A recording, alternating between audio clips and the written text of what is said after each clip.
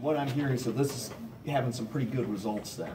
Yeah, I'm very encouraged that the legislation that we passed in Washington, D.C. that will put more funding toward going after the opioid crisis is actually getting here to our community and is helping save lives.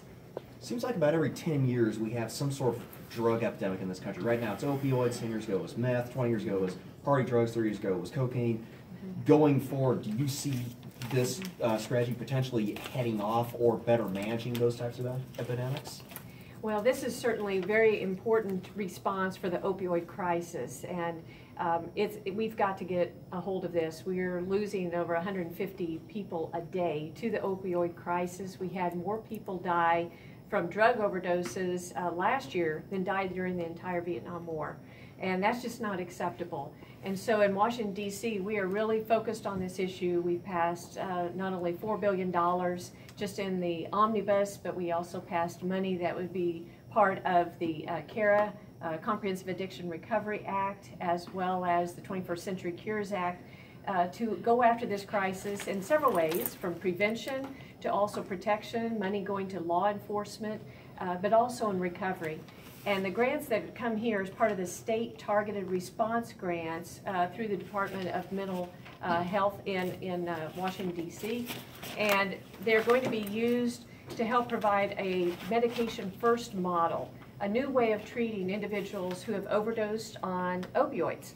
They show up at the emergency room and they will be assessed and stabilized in their health, but before they leave, they'll be matched with a peer recovery specialist who will help link them to help and treatment in the community, and then they're given a prescription of buprenorphine which helps them stabilize them, and if they should take heroin again, they don't feel high. And that gives them the ability to continue to live and to work, to function, but also to go through that important counseling that they need to deal with the underlying issues and to eventually help them to not be addicted to opioids at all and to live a new life. How much in STR funding is going to this particular Boone County EPIC program?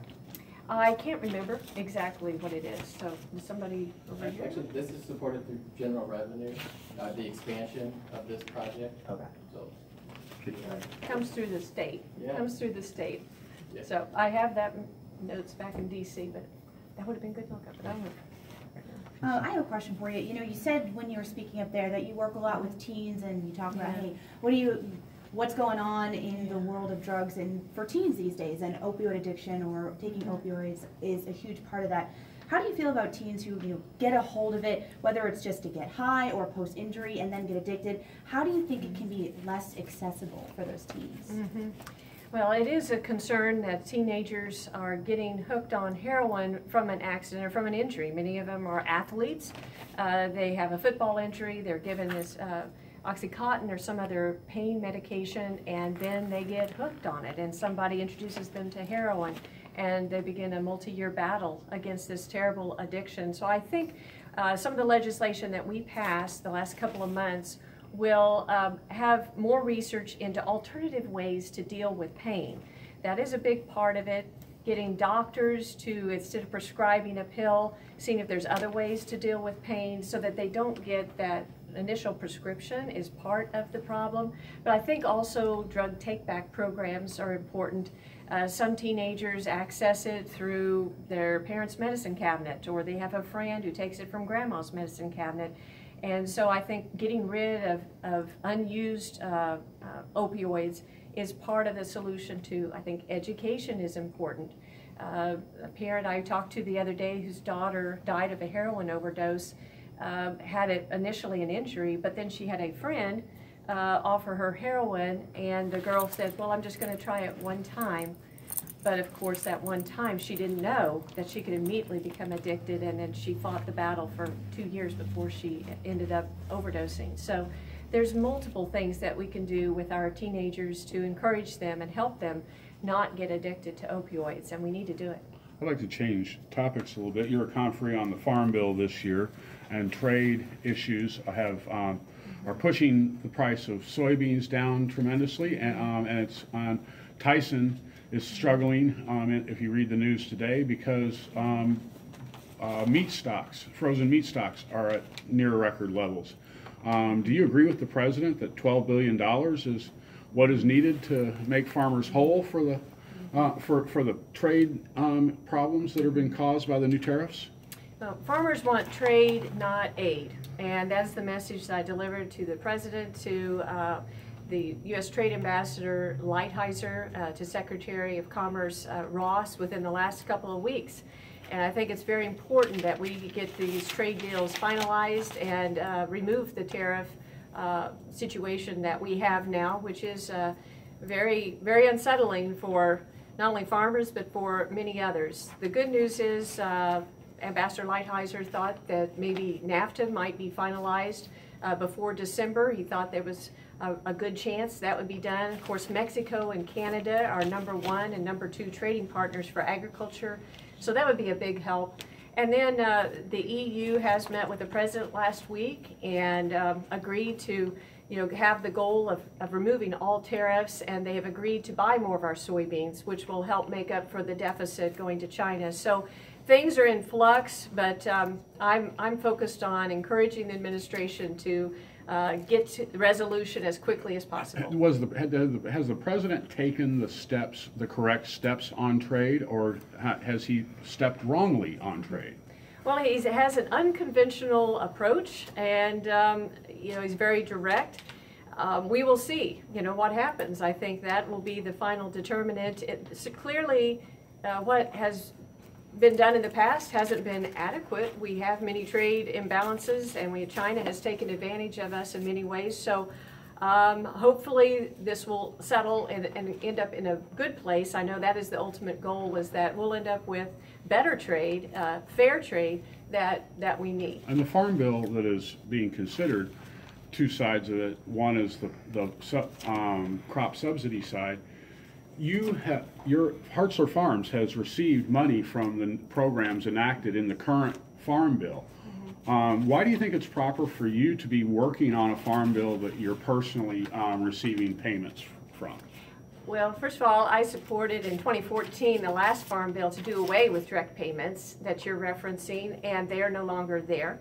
And the Farm Bill supports much more besides a safety net program for farmers. It supports research, conservation, trade, and then it has 80%, which deals with the nutrition title, which is the SNAP program, used to be called food stamps, women, infants, and children. So this is a comprehensive bill. It's important for rural America. It has broadband, money for rural broadband, which I'm very supportive of, which is important for our district. And I feel like the version we have in the House will be very positive in many areas and good for the people in this area. Why should you be working on a bill that your personal family business has been receiving money under the auspices of? Well, like I said, the direct payments are no longer part of the program, but we farm, just like we participate in farm programs like everybody all over the country. And, it's nothing that goes personally, to a specific individual. It helps all of rural America, as well as all the individuals who are receiving nutrition assistance. That's very, very important. So, Mrs. Hoganson has today brought a cybersecurity expert into her campaign office to discuss how to protect campaign materials. You voted against a proposal on the floor of the U.S. House that would have increased funding for election security. Director of National Intelligence Dan Coates says the alarm bells are ringing on this issue. Why did you vote against additional funding for election security? Well, I'd have to go back and look at that particular bill, see what else is in it, because I certainly support more security for our cyber as well as for our elections. And your opponent says you're just playing politics with this because you're making it about Democrats versus Republicans instead of whether our election infrastructure is secure. Well, I think she's the one that said that. I'm more focused on our national security as a member of the Armed Services Committee, and I gave the speech on the House of Representatives floor a couple of months ago raising awareness about what Russia is trying to do with our election system, what they did in 2016, and how we have to be careful of that, and how it even contributed here in Colombia when we were having some issues here. The Russians and the bots got into the social media to try to spread more discord, and that's the same type of thing they do around the country and other parts of the world. I mean, we need to be aware of their tactics and take steps to address those and be aware of those. So do you agree with the assessment that Russia interfered in the 2016 election to help President Trump? They tried to, they were involved in social media trying to cause disruption on both sides, for both the Hillary Clinton as well as they're just trying to cause social discord. They also, it's been proved, tapped into the DNC and stole some emails that they made available that became public. So those facts have been, in my mind, thoroughly backed up, and I think we should be very concerned and aware of what Russia, is trying to do. So the purpose was to help elect Donald Trump?